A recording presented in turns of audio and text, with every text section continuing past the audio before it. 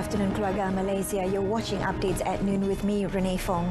Making the headlines today, implementation of SDGs at local level key to achieving Agenda 2030.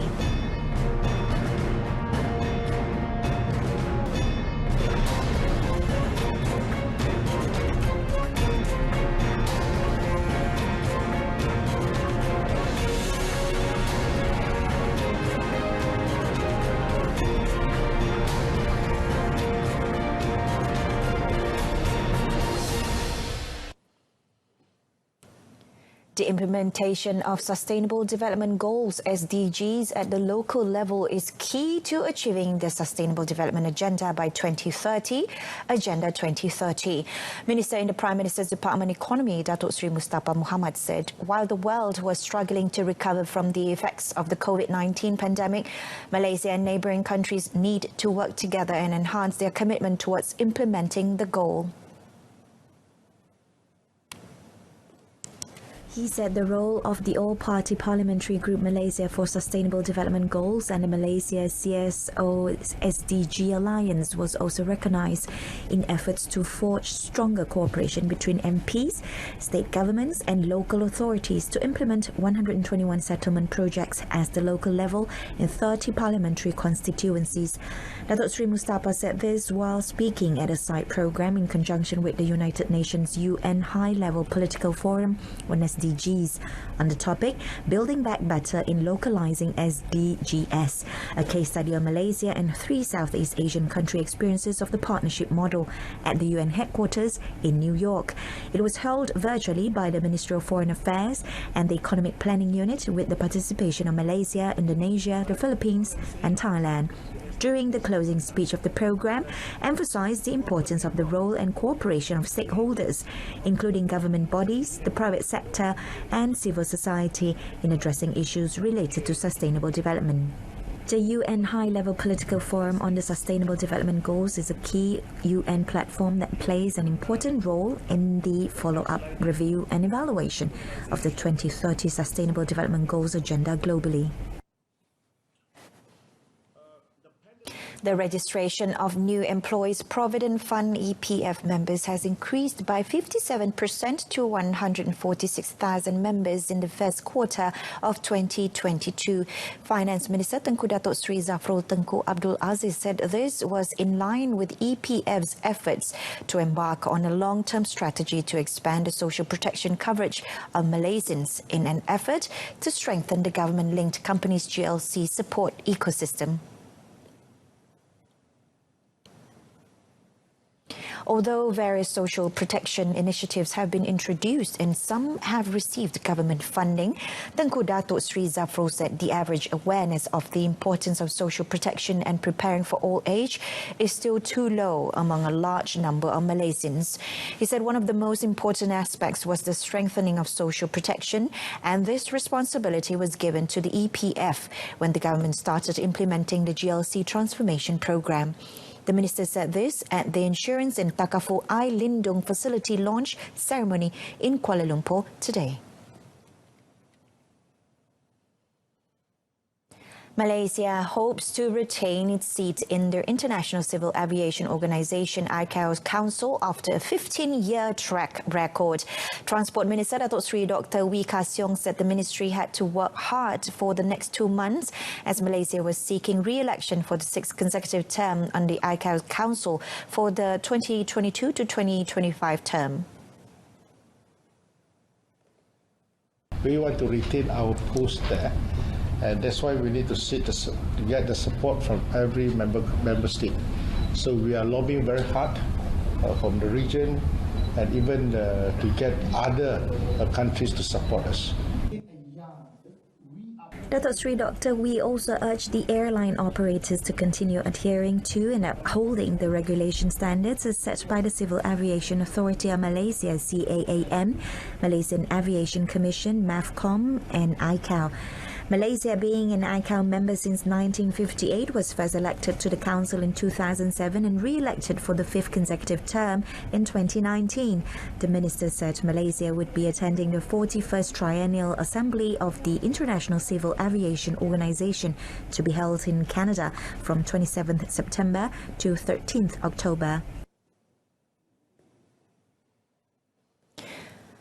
Life expectancy at birth in 2021 is expected to increase to 75.6 years, or about 12 years, compared with 63.6 years 5 decades ago in 1970.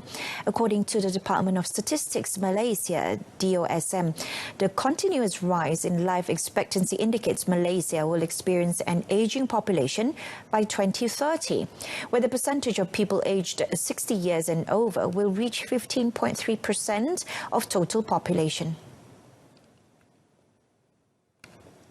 Chief Statistician Datuk Sri Dr. Muhammad Uzair Mahidin said in a statement on World Population Day 2022 yesterday said there must be financial and healthcare planning to avoid problems during retirement. However, he also noted that the Malaysia's population grew at a slower rate in 2020, just like globally, to 1.7% compared to 3.6% in 1970. He attributed it to 4 main factors: the fertility rate, life expectancy, age structure, the distribution between young and old people, and migration.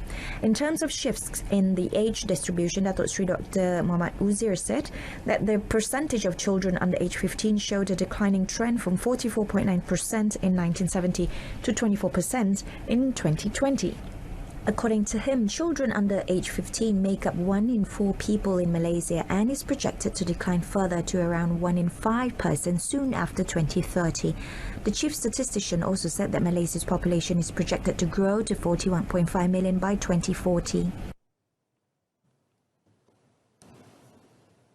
The large crowd and cramped conditions had not stopped Malaysian pilgrims from maintaining cleanliness. Instead, they were eager to ensure their campsites in Arafah, Muzdalifah and Mina are comfortable during the period of Mashai. It was also found that some of the Malaysian pilgrims' tents in Arafah were left in a much cleaner state than before their arrival, and some pilgrims even came together to help tidy up the mattresses, blankets and pillows before leaving for Muzdalifah. Malaysian Hajj delegation head Datuk Sri Said Saleh Said Abdul Rahman said he was impressed by the wonderful attitude shown, and even the Saudi Ministry of Hajj and Umrah was always full of praise for Malaysian pilgrims. Saya rasa bahawa hasil daripada kebiasaan mereka semasa kempen di maktab dahulu di Mekah dan seterusnya apa yang telah mereka lakukan di Arafah dan juga di Muzdalifah, alhamdulillah setakat ini kita lihat bahawa para jemaah haji terus juga menjalankan usaha-usaha kempen kebersihan ini di perkemahan di Mina. In Arafah, 200 tents are provided for Malaysian pilgrims, and in Muzdalifah, they are only given a mat when they spend the night under the sky. The situation in Mina is quite challenging as there are 600 tents for Malaysian pilgrims, and they are located very close to the tents of pilgrims from other countries. 2 teenagers were killed in a road accident involving a car that skidded off-road at Jalan Skudai, Gelang Patah, Iskandar Puteri, Johor last night. The victims were identified as Lee Kar Lok, 19, and Ng Kui Ying, 15. Iskandar Puteri Fire and Rescue Operation Commander Senior Fire Commissioner Ishak Noor in a statement informed that both victims died at the scene. He also said that one of the victims was stuck under the car while the other was flung out of the vehicle. After receiving a distress call about the incident, he said a total of 8 firemen were dispatched to the scene. He said 5 personnel had to use an airlifting bag to extricate the first victim. Bodies of the victims were handed over to the police for further action.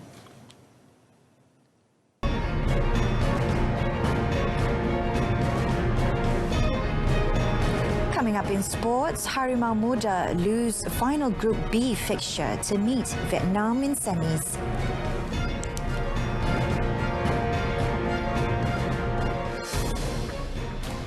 National badminton legend Dato' Razif Sidek said the performance of the men's doubles would improve if they are guided by senior and experienced players in the Badminton Association of Malaysia (BAM). He said the situation faced by the country's doubles pair at this time was different from his era. Razif said inspiring the national men's doubles pairs do not have any senior players, and if they do in BAM, he believed the men's doubles team will definitely be better tactically.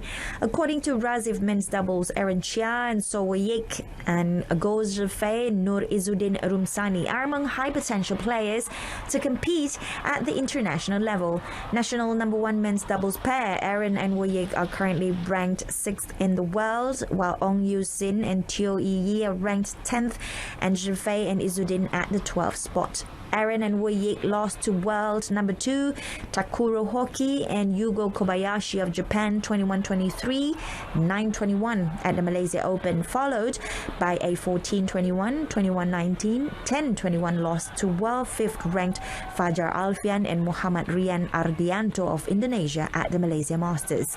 The Rafai and Izzuddin pair lost in the semi-finals of the Malaysia Open to Fajar and Muhammad Rian before being eliminated by the same pair as early as the first round 14-21, 2022 at the Malaysia Masters 2022.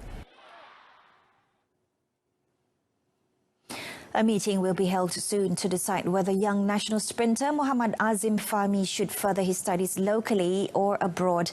National Athletics Chief Coach Muhammad Aman Shahar Abdul Jalil said the meeting would involve Muhammad Azim, his parents and coach Muhammad Amir Izwan Tan Abdullah, among others.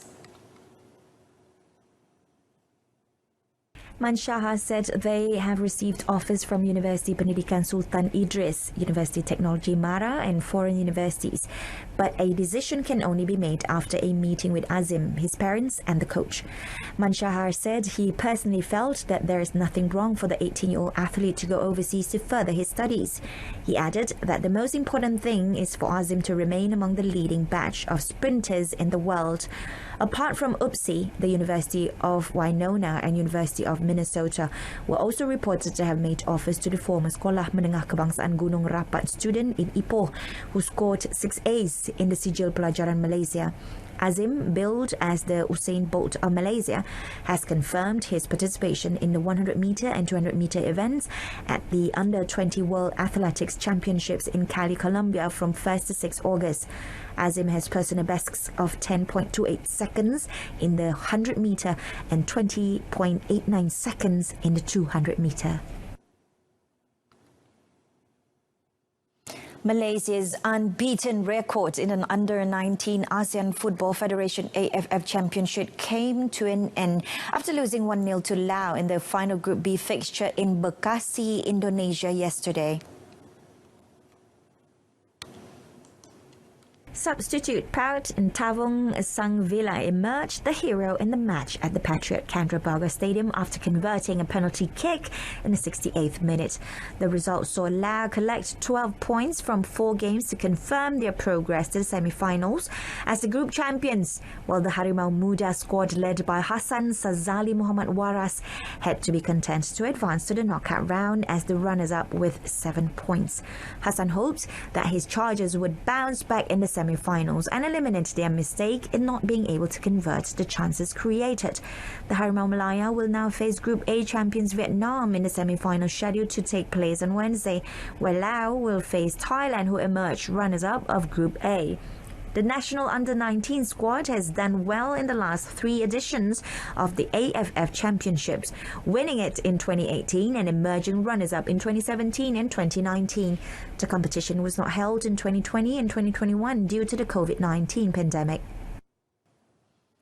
And that concludes today's edition of Updates at Noon. In our top story, implementation of SDGs at local level key to achieving Agenda 2030. Tune in to News at 10 coming up at 10 p.m. on saluran Berita RTM on My Free Views channel 123. You can also stream the news by surfing RTM Click. Thank you for watching. I'm Renee Fong. Stay tuned to TV2. Salam Keluarga Malaysia and have a pleasant afternoon.